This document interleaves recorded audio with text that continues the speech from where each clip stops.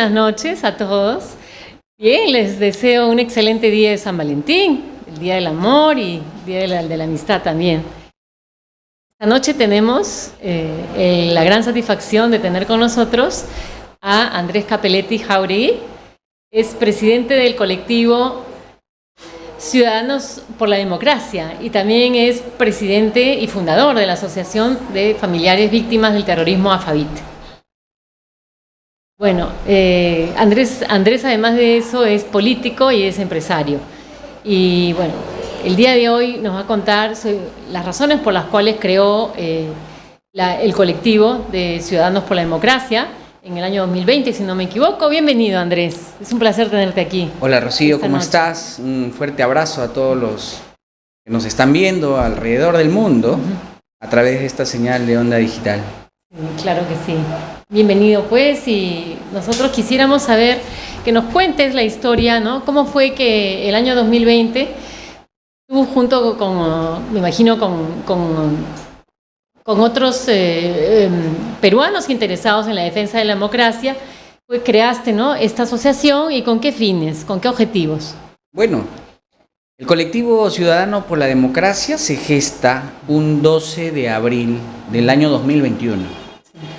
Yo estuve 3 semanas antes en la ciudad de Ayacucho por tema laboral. Estaba estrictamente impulsando la candidatura de un candidato allá. Y en el trayecto de mis viajes a las distintas provincias de la región me di con la ingrata sorpresa de que el Partido Perú Libre había literalmente copado de manera multimillonaria el espacio de campaña política en la región. Y el temor a ello era que ya teníamos, quienes estamos metidos en política, información respecto a quién era Vladimir Cerrón, quién era el Partido Perú Libre y cómo se había formado, y quién era el candidato Pedro Castillo. O sea, sabíamos que literalmente era un peligro que este señor pudiera llegar a una segunda vuelta. A consecuencia de la primera vuelta electoral, me reúno con algunos amigos que son militares en situación de retiro, sí, quienes habían en su momento luchado contra Sendero Luminoso, y habían incluso sido víctimas también porque sufrieron muchos de ellos algunos temas físicos en la guerra que hubo con Sendero Luminoso. Y analizamos el tema político y analizamos de dónde venía Pedro Castillo, quiénes estaban alrededor de él, e hicimos un análisis tan exhaustivo que dijimos: Sendero Luminoso no puede llegar al gobierno. Tenemos que defendernos y la única forma de defendernos es utilizar la herramienta que nosotros conocemos, que es la democracia. Llegaron 2 candidatos, Pedro Castillo y la señora Fujimori, que ninguno de ellos era simpatía nuestra, ¿no? Claro. Yo personalmente soy aprista y el equipo de amigos que me acompañaban en esta idea de defender la democracia eran cada uno de distintos partidos, y que Keiko Fujimori no era nuestra candidata. Pero sin embargo dijimos: o defendemos la democracia del país o nos arruinamos y nos arriesgamos a tener una dictadura, sabe Dios por cuántos años. Así es. Así es que tomamos la determinación de salir a hacer una campaña regional en Ayacucho, porque 2 de nosotros somos ayacuchanos del equipo, sí, que inicialmente iniciamos. Éramos 9 personas. Sí. Y ya en la región de Ayacucho tomamos la decisión, por el impulso de la gente que nos esperó en la ciudad, al saber que íbamos a hacer esta campaña, de seguir viajando a las capitales de las provincias y de las regiones. Así es que ya en Huamanga, sí, gestamos el primer colectivo Ciudadano por la Democracia de la región Ayacucho, donde participaba, por ejemplo, la que fue candidata a la vicepresidencia de Acción Popular, algunos candidatos de los distintos partidos políticos de la región, sí, y gente preocupada y, lógicamente, de Fuerza Popular también. Claro. Así es que instauramos el colectivo y les dejamos la tarea a ellos para que puedan hacer este trabajo, sí, colectivo a nivel de todas las provincias de la región. Nos fuimos nosotros a los 3 días a la ciudad de Andahuaylas, hicimos lo propio en Andahuaylas, luego bajamos a Bancay, llegamos a Cusco y cuando ya llegamos a Cusco, nos dimos con la grata sorpresa de que el Perú entero seguía el trabajo que estábamos haciendo porque un periodista de un canal que defendía la democracia replicaba nuestra participación y nuestro trabajo ciudadano. Así es que ello hizo de que mucha gente empezara a apoyar al colectivo Ciudadano por la Democracia y logramos, gracias al respaldo y al apoyo de muchos ciudadanos de todo el Perú, poder continuar el viaje y recorrer el país haciendo esta campaña que era en favor de la patria, ¿no? Logramos ir a Puno, Juliaca, Moquegua, Tacna, Ica, Junín, y es después de recorrer todas estas regiones que un 29 de mayo llegamos a la ciudad de Lima en la pequeña caravana de 3 vehículos que éramos las personas que recorrimos todo el sur del Perú, previo una semana antes a las elecciones de la segunda vuelta, y coincidentemente el 29 de mayo se cumplía un año más del fallecimiento, del asesinato de mi padre. Mi padre fue asesinado por Sendero Luminoso. En febrero de 1989. En mayo. Mayo de 1989. Así es, el 29 de mayo de 1989. Mientras dictaba clase en la Universidad Nacional en la San Cristóbal de Huamanga. Así es. Claro. Entonces, ello permitió de que para esa fecha, en coordinación ya con muchos ciudadanos, el día de hoy se convirtieron en colectivos ciudadanos de distintas índoles, de distintos espacios socioeconómicos, de partidos políticos, que en un inicio éramos uno solo, tomamos la determinación de hacer la primera movilización. Hicimos una caravana que salía, me acuerdo, de Miraflores, del Parque Reducto salía una, venía otra del Estadio Monumental, y la gente que no tenía vehículos se concentró en la Plaza San Martín. Una vez que cada uno de los puntos fueron de encuentro, todos nos encontramos en la Plaza San Martín para poder movilizarnos a través de una primera marcha. Fue la primera marcha ciudadana en contra de Pedro Castillo hacia el Campo de Marte, donde habíamos puesto un pequeño estrado, que era un camión literalmente, porque los recursos no existían, no había quien financie eso. Claro. ¿No? Pusimos un pequeño camión, unos parlantes, y tuvimos más de 100.000 personas en esta primera movilización. El 29 de mayo del 2021 formalmente nace el colectivo Ciudadano por la Democracia hacia el ojo público, y fue desde ese momento donde muchos ciudadanos, miles de ciudadanos a nivel nacional, se sumaron en este esfuerzo de poder contribuir a la patria y de luchar por la democracia. Literal. Ese era el único esfuerzo y el único trabajo. Cuando yo he buscado información, te encontré como Juntos por la Democracia, que me imagino que será otro nombre o es el mismo colectivo. En realidad hubieron varios colectivos que asemejaban el nombre. Claro, pero que no es el mismo. Pero que empezaron a hacer su propio trabajo en su espacio, en su distrito, en su barrio, porque lógicamente nosotros no podíamos conducir a una cantidad de ciudadanos enorme de todo el país. Claro. Me llamaban de cada una de las distintas regiones del Perú a las cuales no habíamos llegado, porque a donde íbamos podíamos nosotros hacer nuestras asambleas y podríamos nosotros también poner ahí un coordinador que se elegía democráticamente entre los asistentes, y ya se podían unificar y trabajar de manera independiente. Lógicamente que todas las coordinaciones que gestábamos y simplemente era para decir, a ver, tal fecha vamos a hacer en Lima una movilización para exigir esto. Entonces a nivel nacional, en cada una de las regiones se hacía ese trabajo y salían a las plazas de armas de sus regiones, a algunos lugares representativos de su ciudad. Y es de esa forma que nosotros empezamos a gestar el colectivo. Es increíble, ¿no? Es ese trabajo que has hecho realmente o sea, del terreno, ¿no? Y de movilizarte. prácticamente partiendo de nada y sin el apoyo de ninguna institución, sin ningún financiamiento ni nacional ni internacional. Realmente ese es el trabajo de un verdadero luchador por la democracia, de un auténtico luchador social. Nosotros te felicitamos. Y además de eso, ¿cómo te sientes ahora, ¿no? Que ya pasaron casi 3 años, ¿no?, de toda esa experiencia a nivel nacional. También cuéntanos en qué medida te apoyó o no te apoyó tu partido. Cuéntanos un poco, ¿no?, esa parte. Interesa mucho, bueno, yo creo, a la audiencia y sobre todo a los jóvenes que nos siguen por ahí, puesto que tienen ellos una mala idea y una idea equivocada de lo que es ser un político, ¿no?, en el Perú.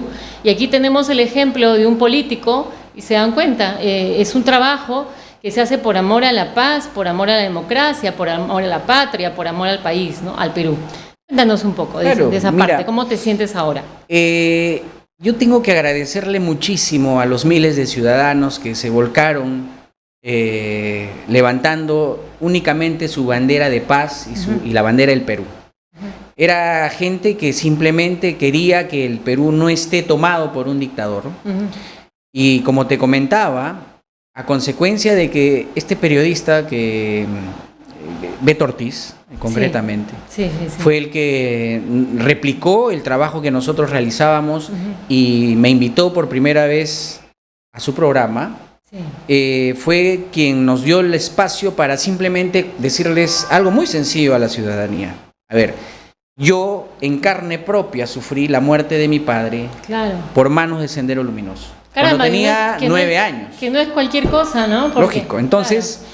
El mensaje era muy simple. Yo no quiero que ustedes pasen lo que yo ya pasé, lo que mis hermanos pasamos y lo que los miles de ayacuchanos pasamos en la época del terrorismo. Entonces, nosotros sabemos de que Pedro Castillo está involucrado con Sendero Luminoso, está financiado con el narcotráfico y todo ello va a volcar a de que este dictador pueda tomar el poder del Perú y podemos correr el riesgo de repetir lo que nosotros ya habíamos vivido. Correcto. Así es que está en manos de todos ustedes de que esto no suceda. Y la forma de que no suceda era que no votes por Pedro Castillo. Ese era el mensaje.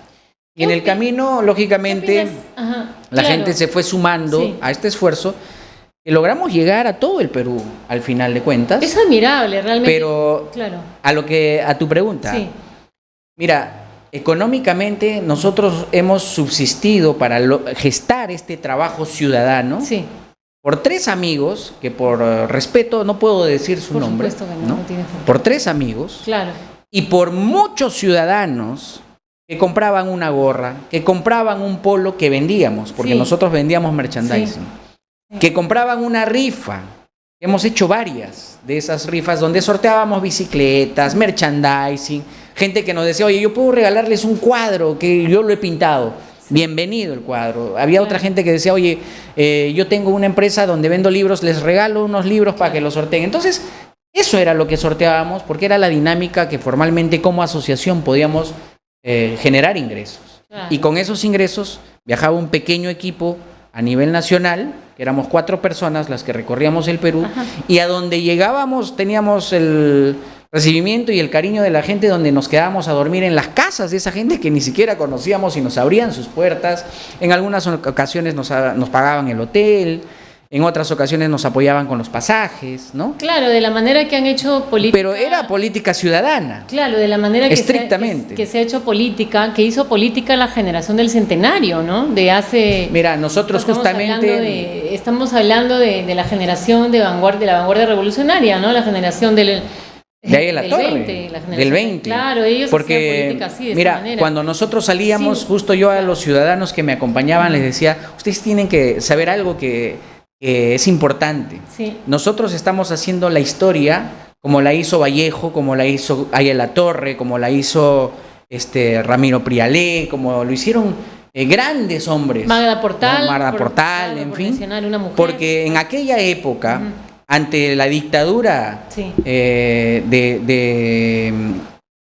Leguía primero, claro. Ante la dictadura de Leguía se gestan los círculos. Así fue. Que eran lo que el día de hoy nosotros gestamos como colectivos. Y estos círculos estudiantiles universitarios son los que se vuelcan a las calles contra la dictadura de Leguía y es la forma en cómo la juventud en aquella época hacía política. Así es. Hoy por hoy no estamos tan jóvenes como aquellos muchachos, Así es. pero sí somos ciudadanos y hemos despertado el ánimo ciudadano de hacer política. Yo literal estoy contento, no solamente porque logramos derruir a Pedro Castillo, sino también porque la gente empezó a interesarse, a hacer política, y hoy veo a mucha de esa gente que nos acompañaba, que son regidores, han sido candidatos a las alcaldías y se están preparando para ser candidatos al Congreso y a las municipalidades. Entonces, esa importancia de hacer política ciudadana es fundamental, que no la podemos perder. Es muy importante que los jóvenes peruanos que están escuchando esto se involucren en la política, no vean la política como algo malo. Hagan este trabajo que hoy en día se llama participación ciudadana y que en realidad es una forma de hacer política. Es una forma, yo creo, de mostrar su amor patrio. Además de todo, hay una cuota por ley, ¿no?, de jóvenes, de menores de 30 años que deben sí o sí entrar al próximo Congreso, ¿no? En ese sentido, también, nos encantaría que personas como tú la hicieran, ¿no? Ojalá pudiéramos tener así peruanos realmente comprometidos con la paz social y sobre todo con el compromiso de que esa violencia no se repita, y peruanos que además lo han vivido en carne propia, ¿no?, y que no están inventando nada. Realmente, cuando yo reviso la literatura de esa década del terror, ¿no?, la década ominosa, ¿no?, la década ni siquiera década, fue más de una década, del 85 al 95 fue la peor parte. Entonces, me horrorizo no solamente de lo ocurrido, sino que me horrorizo que esto no sea parte de la currícula de educación básica regular, que no se enseñe en los colegios, que esto pueda volver a ocurrir, puesto que en Ayacucho no solamente habían, vamos a decir, actos de violencia, sino que había, como tú manifiestas también, abuso infantil, puesto que se tomaba, se raptaba a niños, a todos los niños varones de 12 años o más, se les raptaba, se les secuestraba, y si no estaban de acuerdo, se mataban, asesinaban.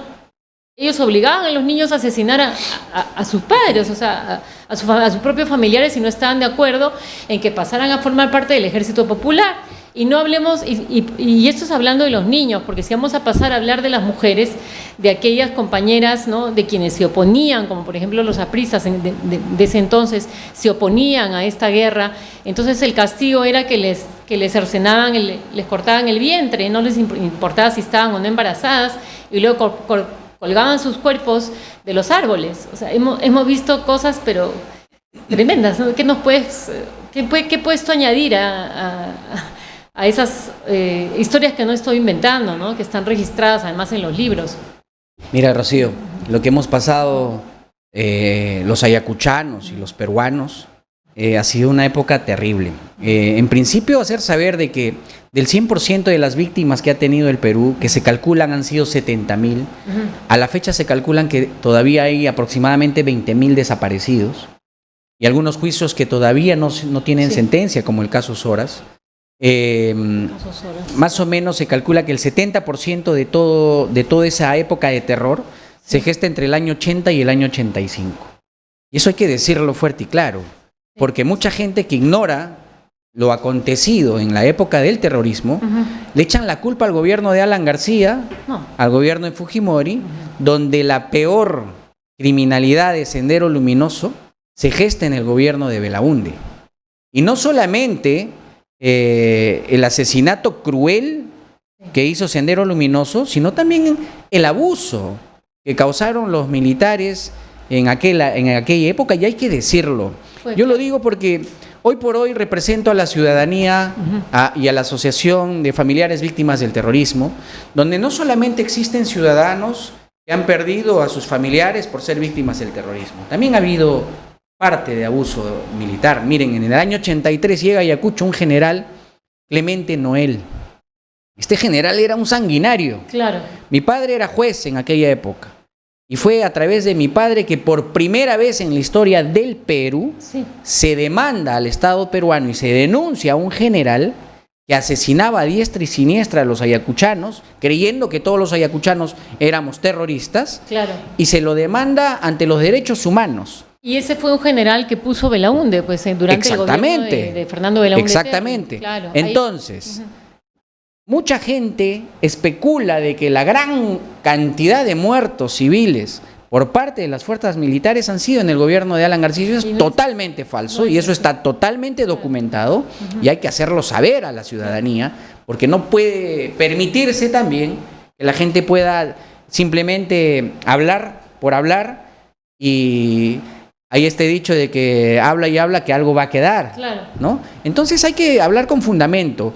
Por otro lado, como tú dices, la época del terrorismo fue desgarradora. En el año 84 hubo un niño bomba, por ejemplo, claro, donde mandaron a un niño con una maleta hasta la puerta de la Universidad San Cristóbal de Huamanga, explotó en la puerta de la universidad y Sendero había amenazado y había prohibido que la universidad limpie los restos de ese niño que estaban literal impregnados ante la pared de la fachada de la universidad y pinte la universidad, bajo amenaza de muerte, ¿no? Y era la manera en cómo estos miserables sanguinarios amedrentaban a la población, a la ciudadanía, para que simplemente no puedan hacerle la contra a Sendero y que la gente se sume a su lucha. Se intenta equiparar, vamos a decir, la violencia de Sendero Luminoso con la represión del Estado peruano. Así es. No puede ser, no estamos hablando de cosas equiparables.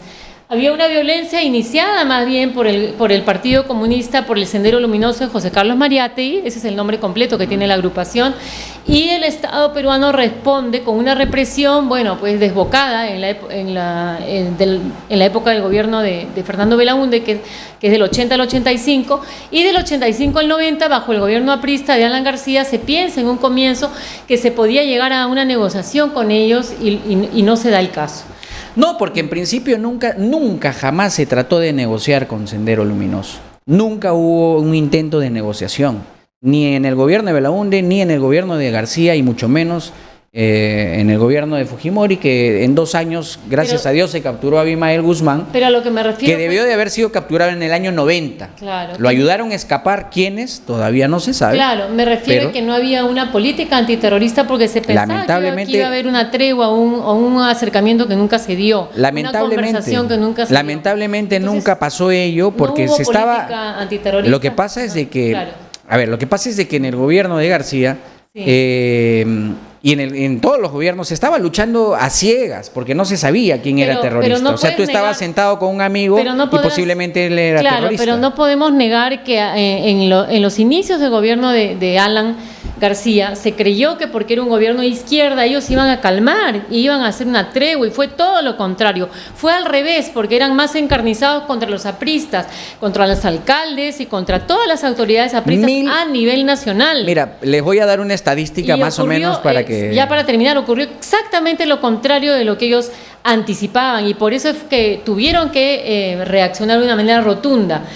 Creando la GEIN en primer lugar, y te cedo la palabra, ¿no? Porque tú sabes con mayor detalle a partir de ese momento. En la época del gobierno de García, y esto es una estadística que es importante que ustedes sepan, aproximadamente 1.400 apristas, autoridades murieron en el Perú. Fueron asesinadas por el terrorismo. autoridades del Partido Aprista peruano. Fue el partido que más víctimas cosechó. Lógico, pero fuera de... Muchas de estas autoridades trabajaban ad honorem, señores. No cobraban un centavo del Estado. Gobernadores, en aquellos años los prefectos, subprefectos, alcaldes, regidores. En Huanta murió un alcalde, a los 3 días lo mataron. Lo mataron y a los 3 días el teniente alcalde. A la semana lo mataron y asumía el que seguía. Después de 10 días lo mataron y de nuevo seguía 5 autoridades consecutivas, y lo mismo ocurría, en menos de 2 meses. Y lo mismo ocurría en Huancayo. En Apurímac. El gobernador, el alcalde, todos fueron asesinados uno tras otro. Tal cual. Y nos quedábamos sin cabezas, nos quedábamos sin funcionarios. Y lo que has mencionado, no olvidemos que en esos años no se cobraba ni un centavo, puesto que el cargo de alcalde era ad honorem, cosa que no se da el día de hoy. O sea, es que realmente son cosas que creo que todos los peruanos tenemos que conocer. ¿no? Definitivamente. Y nos vamos al corte entonces, dejando aquí en un momento álgido la entrevista con Andrés Capelletti, político, empresario y también presidente de la FAVIT, del cual vamos a hablar después de la pausa. Gracias.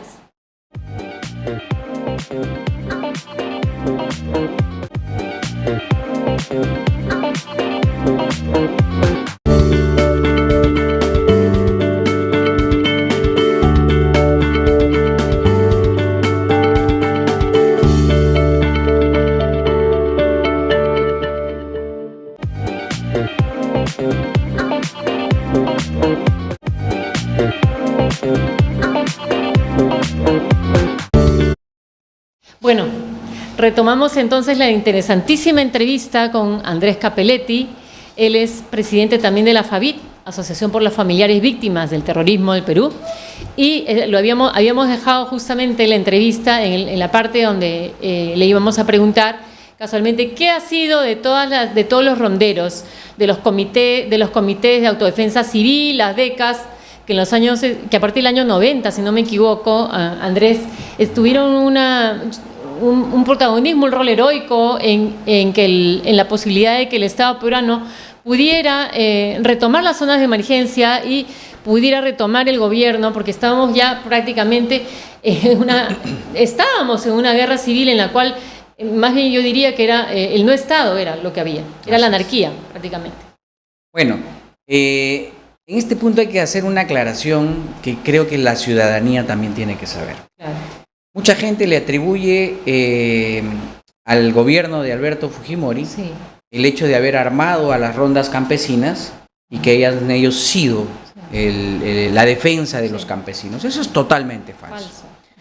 Las rondas campesinas nacen en el gobierno de Alan García, en el año 81. en el año 87, en el año 87 sí. Alan García entrega por primera vez... No es Alan, es Mantilla y es Alberto Valencia Cárdenas. No, o sea, me refiero a nivel gobierno.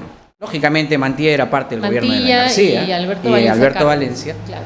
Entonces, hay un tema. Alan García decide entregar de manera simbólica su arma al comandante Huayhuaco, que era el dirigente, o uno de los dirigentes de la ronda campesina en Ayacucho. Claro, eso fue idea Entonces, de mi padre. Esto inicia ahí y en adelante el gobierno de Alan García gesta un proyecto que se denominó el Trapecio Andino. Sí. Este gran proyecto del Trapecio Andino era el impulso del gobierno de García a los agricultores de la Sierra del Perú, de la Sierra Surandina del Perú, para que los campesinos no abandonen sus tierras y puedan tener tecnología, tractores, semillas, abono, y no abandonen y más bien se defiendan del Sendero Luminoso con las armas que les empiezan a otorgar y se empiezan a gestar estas rondas campesinas, ¿no? Discúlpame que intervenga, pero la verdad que como entrevistadora no debería intervenir, pero bueno, yo también vengo de familia ayacuchana, como tú bien lo sabes, somos de Pausa, Parinacochas, Coracora, Pausa, Paucar del Sarazara, son la tierra de mis ancestros por la línea paterna. Entonces, hasta donde yo sé, porque me lo contó mi padre y mis tíos, y además yo estaba joven, ¿no? En esos años, como bien has mencionado, bajan al Braen en un helicóptero el entonces ministro del Interior del gobierno de Alan García, que era Agustín Mantilla, acompañado del diputado Alberto Valencia Cárdenas, que es mi padre, a entregar fusiles que ellos con su propio peculio habían comprado, a repartir entre los primeros 600, en los primeros ronderos que iban a tomar en hombros esta inmensa responsabilidad de pacificar la región. A partir de ese momento la balanza se inclinó y el Perú empezó a ganar la guerra. Así simple fue. A partir de ese momento los campesinos tuvieron la fortaleza de poder luchar por sus tierras, por su vida, porque lo que ellos tenían que defender primero era su vida. Claro. Sin embargo, lamentablemente Sendero asesinaba de manera sanguinaria. Existe una historia dentro de la Comisión de la Verdad en la cual capturan a un niño de 12 años y lo obligan a matar a sus tíos, condicionándolo a que no maten a su madre. Esto ocurre en La Mar, en Oreja de Perro, ¿no? En donde este niño tuvo que matar a su tío de un machetazo y a su otro tío de un balazo en la nuca. Fue la única forma de que a su madre no la maten, Claro. Pero después de haber hecho ello, al niño de 12 años, fue el primer niño que Sendero Luminoso rapta y lo mantiene hasta que el niño cumplió 19 años. Sí. A los 19 años este niño ya había matado a más de 300 personas y la única forma de librarse y liberarse de ello era que en una intervención militar lo puedan capturar. Se dispara en la pierna y ahí es donde las Fuerzas Armadas lo capturan y hasta el día de hoy está purgando Purga cárcel. condena por una Así injusticia, por haberlo obligado. Fue obligado a asesinar, Luminoso, lógicamente mató claro, a más de 300 Sendero personas. Luminoso, ¿no? lo obliga a convertirse en un homicida y después tiene que purgar las culpas de este grupo, ¿no? Terrorista, Así es. violenta Y así como el caso de ese niño han ocurrido muchos. Lucanamarca. En Lucanamarca fueron salvajemente asesinados 80 comuneros por el delito de pretender organizarse en rondas de defensa civil. Y en Soras, y en otros lugares, en Uchurajay, en muchas ciudades, centros poblados de la región, que hoy lamentablemente siguen olvidados. Fíjate, la Asociación de Familiares Víctimas del Terrorismo nace en el año 89. Mi madre fue la primera presidenta de dicha asociación. Donde se empezó a luchar en favor de las víctimas, porque el Estado peruano, al no haber cumplido su rol de Estado, claro, de no solamente haber defendido la vida de miles de peruanos, sí, tampoco no podíamos quedarnos de brazos cruzados al haber dejado a tantos huérfanos y a tantas víctimas que han tenido que escapar de su casa. Nosotros tuvimos que escapar de nuestra casa, literal, para que no nos maten, no nos dinamiten, incluso después de haber matado a mi padre. Claro. ¿No? Sí, entonces, así como nosotros, miles de peruanos pasaron por lo mismo y el Estado peruano nunca realmente se sentó a pensar y decir cómo hacemos para que estas 70,000 familias víctimas de una violencia terrorista terrible que no pude yo como Estado hacerme responsable, asumo la consecuencia. Además, ¿y qué es lo que sucedió? Claro. Fíjense, les dieron hasta el día de hoy, les vienen dando bonos de 1,000 soles. O sea, 1,000 soles cuesta la vida de un familiar que perdió a su padre, a su hermano, a su padre, a sus hijos, a sus abuelos, porque el Estado no estuvo a la altura.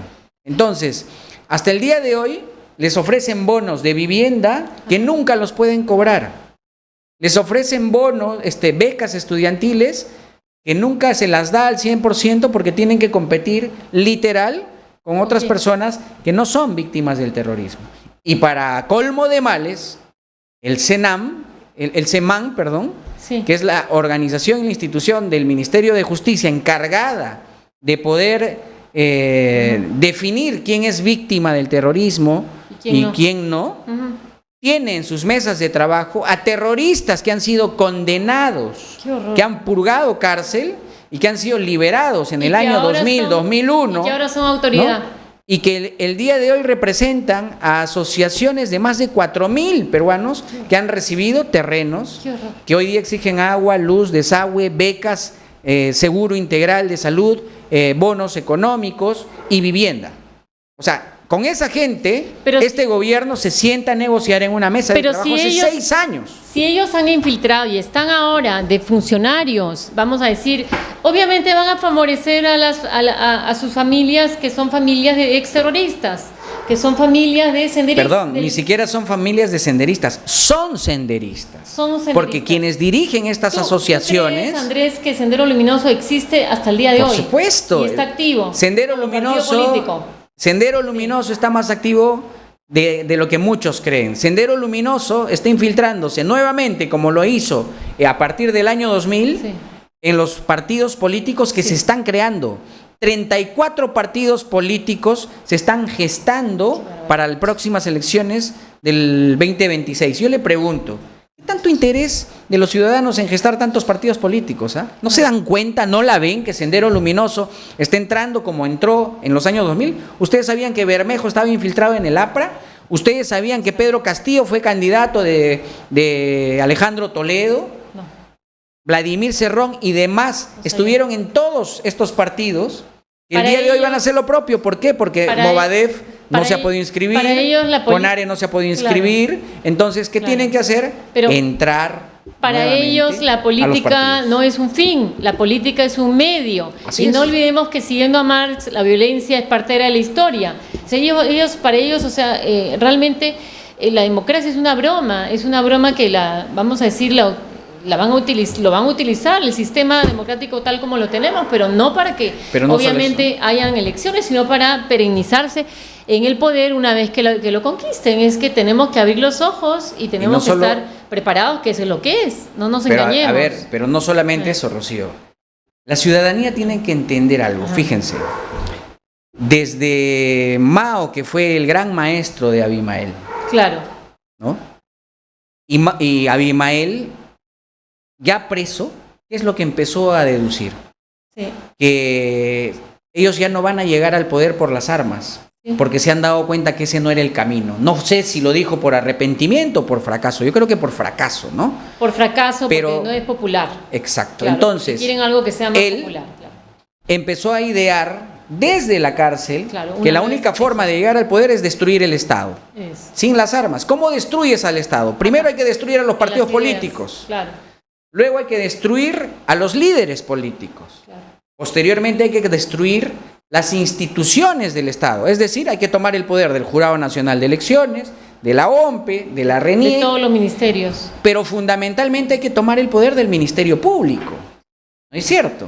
Entonces, en las últimas semanas nos damos cuenta de que toda la tarea que había dejado Abimael Guzmán, Gorriti la aprendió muy bien. La han cumplido. Y la ha aprendido tan bien que el día de hoy el señor Gorriti es el líder, desde mi punto de vista, esta organización terrorista que quiere tomar el poder del Estado, tomando el poder del Ministerio Público, tomando el poder de algunos medios de prensa, destruyendo a los partidos políticos, impulsando a que los líderes políticos se destruyan, como lo hicieron con Alan García, y eso es lo que el día de hoy la gente no ve. Yo tengo la certeza, después de haber hecho este estudio escalonado, ¿no?, que Gorriti es el fiel escudero, alumno de Abimael Guzmán. Entonces, cuando dicen que Sendero Luminoso no está vivo, está más vivo que nunca y está con la gente que ustedes menos creen. No olvidemos que a Alan lo cercaron, que no fue que él se mató por no ir a la cárcel, como dice. Por supuesto.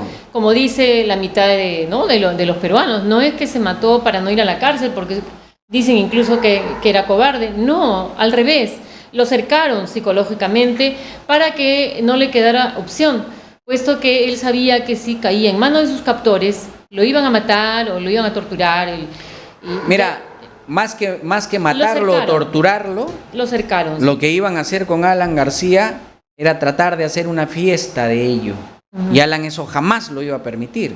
Entonces, el honor de un líder político de la talla de Alan García, que no tenemos y seguramente no lo vamos a tener en muchos años, era para él fundamental. Él decía, ¿qué importa lo que puedan hacer con mi cadáver?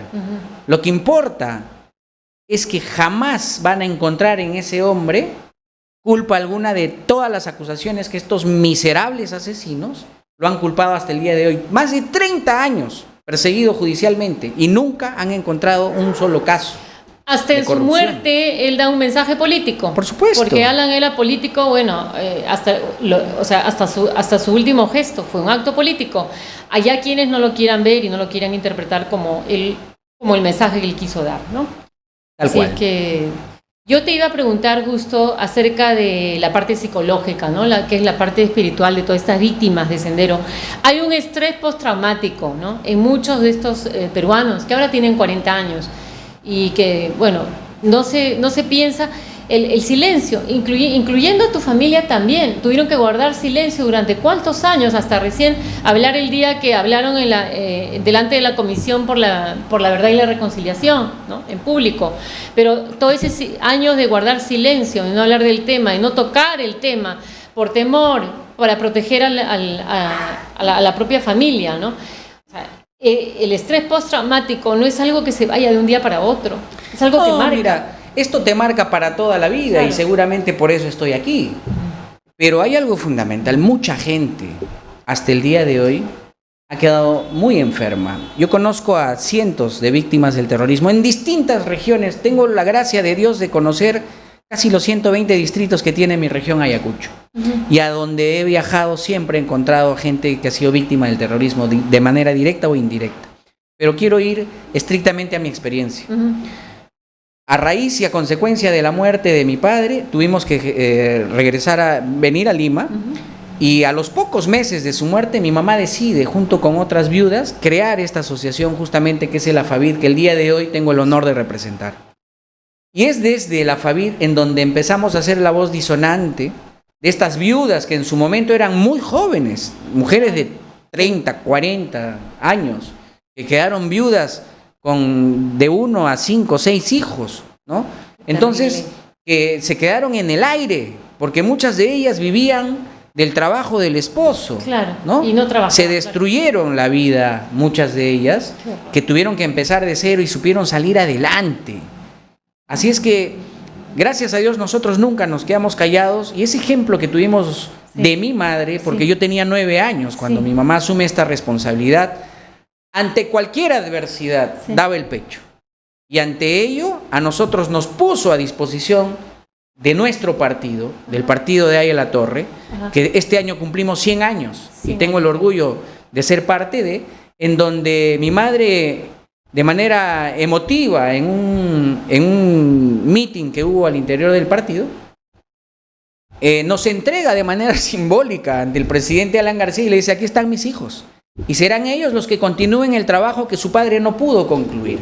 Y aquí estamos, defendiendo la democracia, defendiendo a las víctimas del terrorismo, defendiendo la paz del país, pero fundamentalmente vamos a difundir la libertad de todos los peruanos para que podamos vivir en un país que hemos demostrado en 5 años del segundo gobierno que podemos ser la potencia de Latinoamérica y, cómo no, la potencia mundial con todo lo que tenemos, pero necesitamos estar alertas de estos sinvergüenzas que se quieren meter por los palos, y tenemos que estar alertas también de otro tipo de sinvergüenzas, como son los que se están tratando de meter a destruir la democracia, los partidos políticos y las instituciones del Estado. Por supuesto. Es una guerra del odio, yo creo, contra la fraternidad, ¿no? Del odio contra el amor patrio. Es que eso era el terrorismo. Eso es el terrorismo. Eso es lo que es Sendero Luminoso hasta el día de hoy, desafortunadamente. ¿Y cuántos presos? Tú sabes que recuerdo aquellos años en los cuales cuántos que lucharon por la paz, ¿no? De esos campesinos, de esos ronderos, terminaban luego acusados de homicidio, iban presos, se iban a Huancayo presos. Así es. Y soy testigo porque tengo varios familiares que son abogados que hacían lo indecible, ¿no? Por supuesto, a honoren de ir hasta allá a hacer los juicios y a las gestiones para retirarlos y levantar esas falsas denuncias y demandas, a veces hasta sin sentencia. Estaban muchas veces muchos de ellos presos. Algunos de estos exronderos que han luchado y puesto el pecho por nuestra patria, por la paz social que ahora disfrutamos, tenían luego que escapar, tenían que irse a Argentina, Bolivia, porque en el Perú el Estado los metía presos. O sea, han habido demasiadas injusticias. No solo eso, hasta el día de hoy, tanto el comandante Huayhuaco como otros ronderos que eran dirigentes y líderes en sus comunidades, hasta el día de hoy viven escondidos. Algunos de ellos viven en otros países. Siguen atemorizados. Porque tienen el temor de que los asesinen. Porque la presencia de Sendero Luminoso no se ha ido. Porque Sendero Luminoso sigue trabajando. Y no solo es eso. Hasta el día de hoy, ¿cuántos militares que han tenido que luchar en favor de la patria están presos hasta el día de hoy? Y eso es injusto. Tenemos gobiernos que lamentablemente, por no meterse en problemas, porque tienen la cobardía de realmente hacer lo que se tiene que hacer, han dejado morir a muchos de ellos en las cárceles. Hoy, estando enfermos, no son capaces. A la señora presidenta, yo desde acá le mando un mensaje y le pido de favor que vea los casos de los militares que han luchado en favor de la patria y que el día de hoy están purgando condena. Y muchos de ellos tienen la cadena perpetua. Entonces, ¿cómo podemos hacer nosotros para defender a la patria si venimos siendo amenazados por el propio Estado peruano?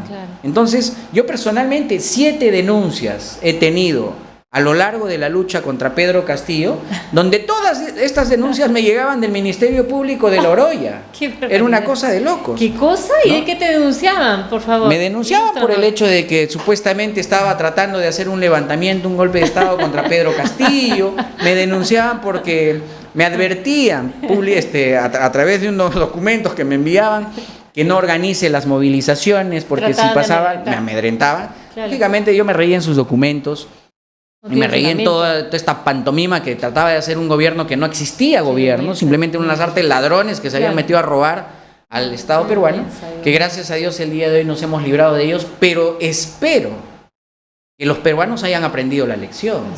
Espero de que no estén pensando en votar otra vez por estos tipos que han purgado cárcel, que son delincuentes, que son asesinos, que son drogadictos.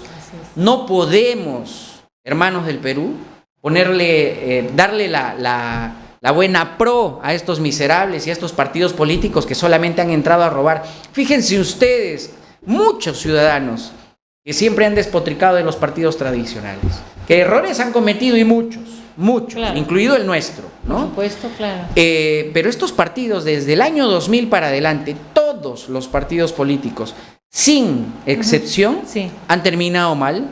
Sus líderes están en las cárceles, claro, sus dirigentes y sus funcionarios están presos, muchos de ellos buscados, y todos los partidos a lo largo del tiempo están desapareciendo. Desde Alejandro Toledo con la Chacana hasta PPK, ahora último, y todos los partidos están desapareciendo, lógico, porque no son partidos políticos, son un grupete de amigos, unas alianzas que se van juntando por ahí, algunos empresarios que meten dinero para poder beneficiarse de algo. Y para terminar, Andrés, eso ya que nos quedan tan poco tiempo, ya para terminar, que nos cuentes esto de los 100 años que cumple el Partido Aprista Peruano, en el cual naciste, ¿no? Desde que en el cual nacimos. Te dio a luz tu madre. Entonces cuéntanos esa organización, ¿no?, de la que formas parte y lo que significa eso en la historia republicana, en la historia del Perú. ¿Qué significa eso para todos los peruanos? ¿Qué significa? En principio el APRA para todos los peruanos significa la lucha de las 8 horas, significa el voto de la mujer en el Perú, significa la democracia y la libertad, y significa la lucha contra el comunismo durante 100 años que se quisieron enquistar y no pudieron gracias al APRA.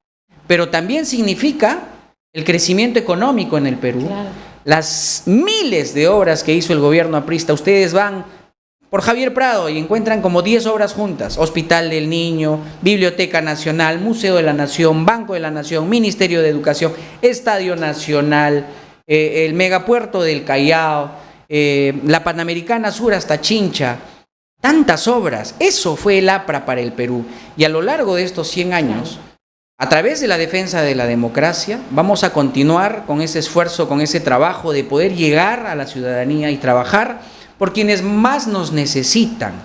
Acá, como siempre lo ha dicho Aya La Torre y como continuó Alan García, el partido es de izquierda democrática porque justamente llevamos las banderas del que menos tiene.